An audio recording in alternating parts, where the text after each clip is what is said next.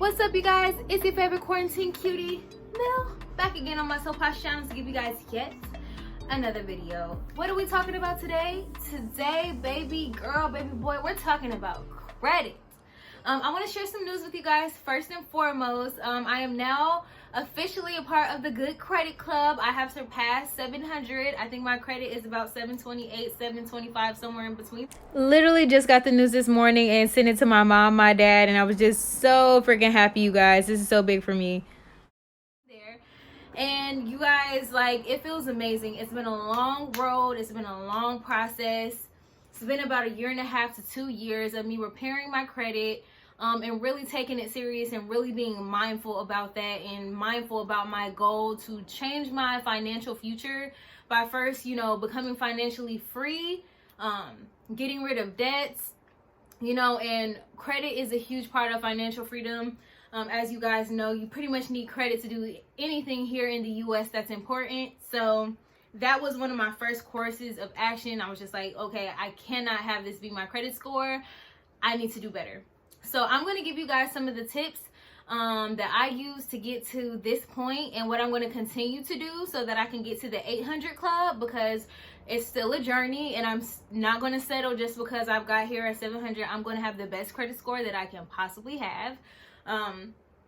Yeah, so I shared this on my Instagram today and I got so much love and support, and everybody seemed to be very happy for me, and I'm very thankful for that, because I'm a person who believes in like celebrating all the many accomplishments along the way, because anybody who is a doer knows that it's really hard sometimes to stay the course. It's really hard to take yourself from a place that is here and then getting here when you've never been here before, so it takes a lot of diligence, persistence, research. So yeah, let me just put out here, I am no financial guru, but I do know a few things and I'm going to share that with you, so hopefully it can get you started on the road to success. So I'm going to start off by saying that everybody who's watching this video needs to have a Credit Karma.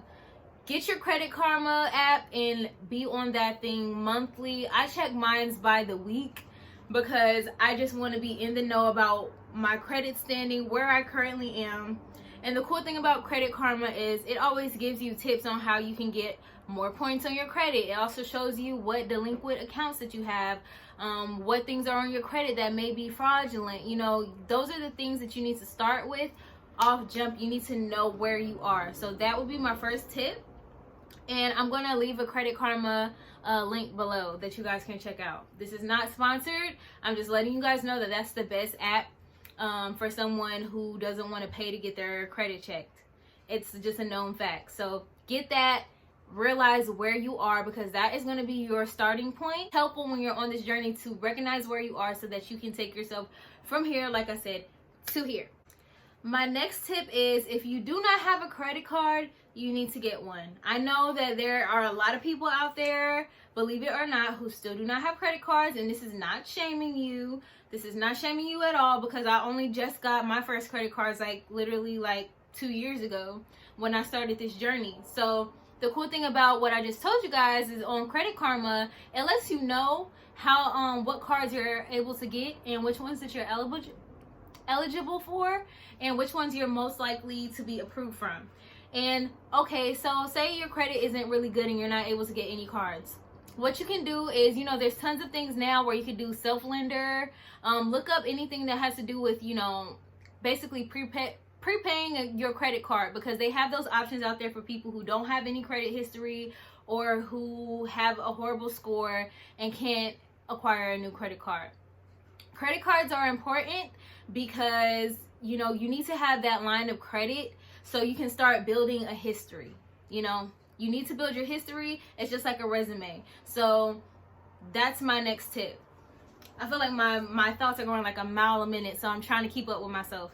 It's nothing to be afraid of. It's nothing to be intimidated by, but make sure that you are using that card. And one thing that's going to get your credit score up is making sure that you do not use over 30% of your credit line.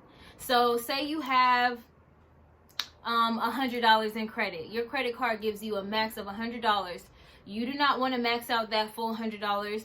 You don't want to spend over $30. That's going to keep, you know, you in a good standing.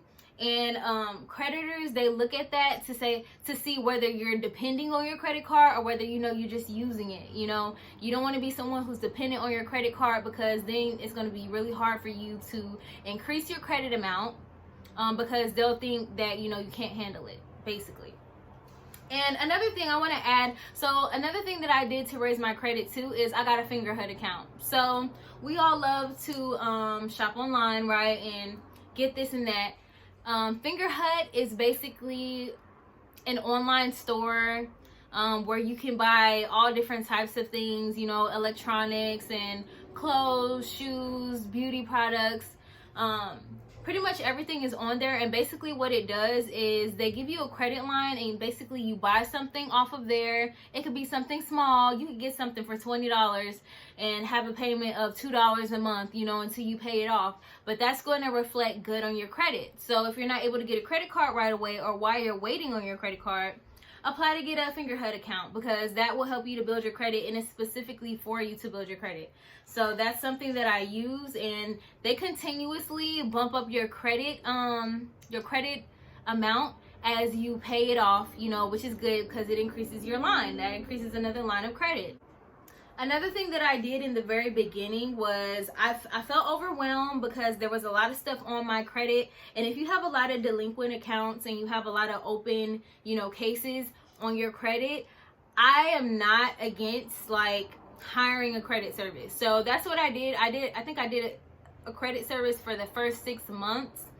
And basically I only used them to send out the letters for me to get those things removed from my account.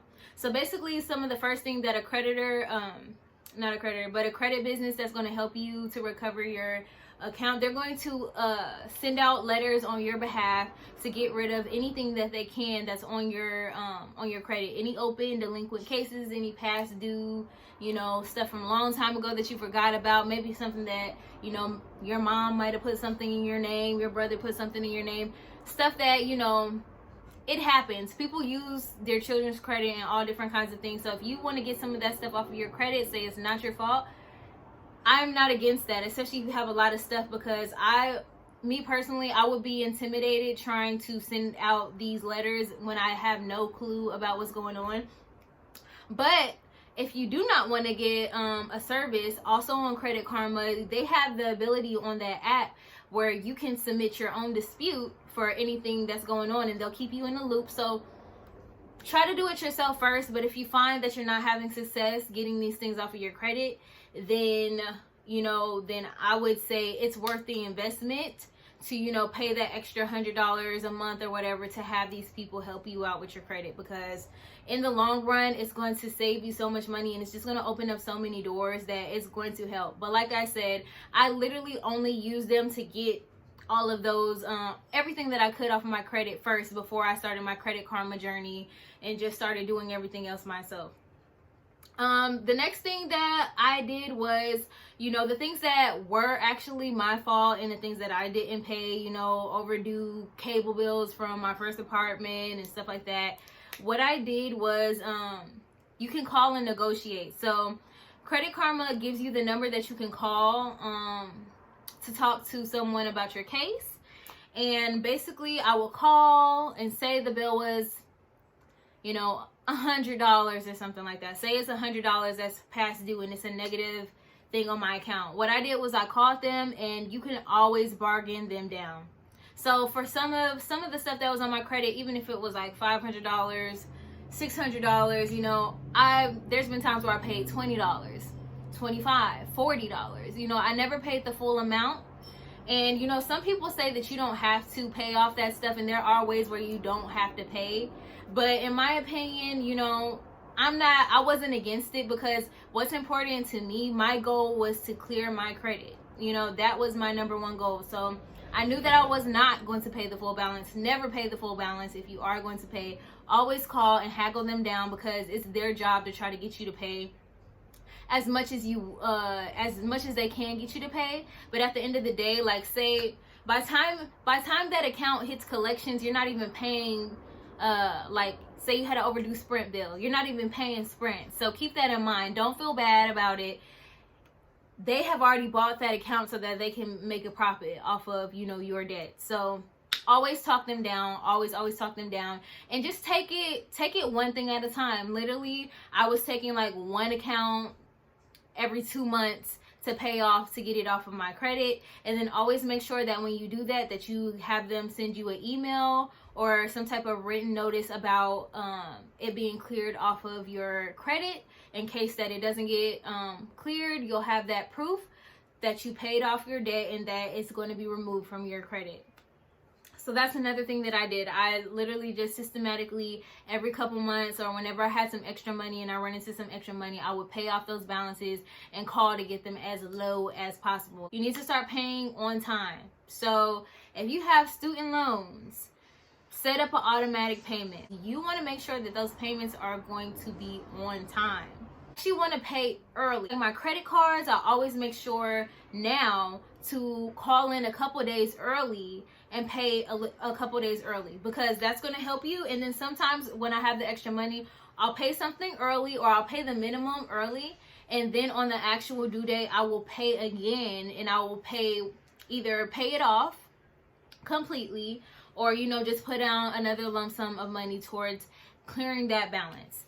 And another thing that you know, you want to keep in mind is, you know, even if you are, like, say you're able to pay the full balance, if you're able to pay the full balance, still do it early. Like, do it early. It's going to help your credit score out more than even if you're just paying it on time. Like, paying early is better than paying on time. So keep that in mind, and make sure that you're putting, like, in your calendar or on your phone or whatever you use, write it down or put it in your phone to alarm you when you need to make these payments, because it's very easy. I think we all know it's very easy sometimes to get caught up, or even now just in quarantine, like all the days running together, so then you forget that, you know, oh, it's the 17th, I need to pay. You know, you don't leave it up to yourself.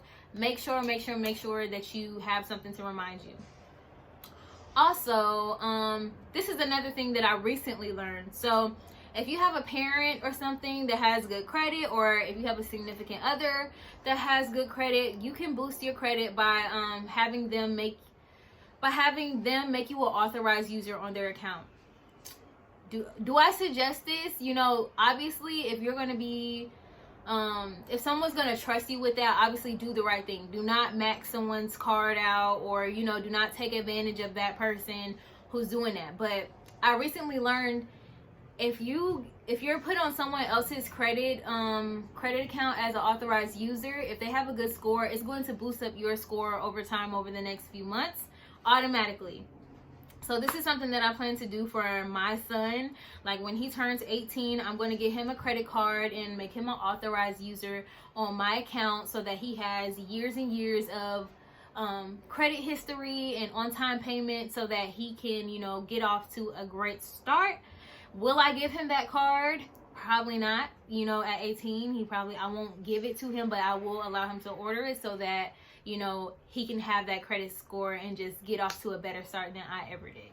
So those are my tips. Those are just, you know, a few things that can help you out, and I hope that it helped. If it helped, make sure to give me a thumbs up and comment down below if you have any questions. If I can answer them, I will. If I can't, I will try to direct you to something that can help you. Yeah, so thank you guys for tuning in. As always, stay posh. Let's get our credit up this year. This is going to be an amazing year. Let's get to our financial freedom. You guys know that this is not a financial channel, but however, I feel like finances are a part of everyone's life. So therefore, everyone should be thinking about credit. Everybody should be thinking about these things. This is not like for just the rich people, or just for this or that type of person. So I hope you guys enjoyed that. Like I said, go ahead and check the links down below. I'm going to put a link down to Credit Karma. I'll also link my Digit, which is a savings app that's another tip. It's a savings app, and you can also have Digit take money automatically out of your account each day, like small amounts, and they'll pay your credit card for you, and they'll put money towards your credit card. This is something that I also do. You guys, it's been a pleasure. I'll see you guys next time. Thank you guys for joining me again. Make sure to smash that like button, subscribe, and check out my Instagram and any pinned comment below. Bye.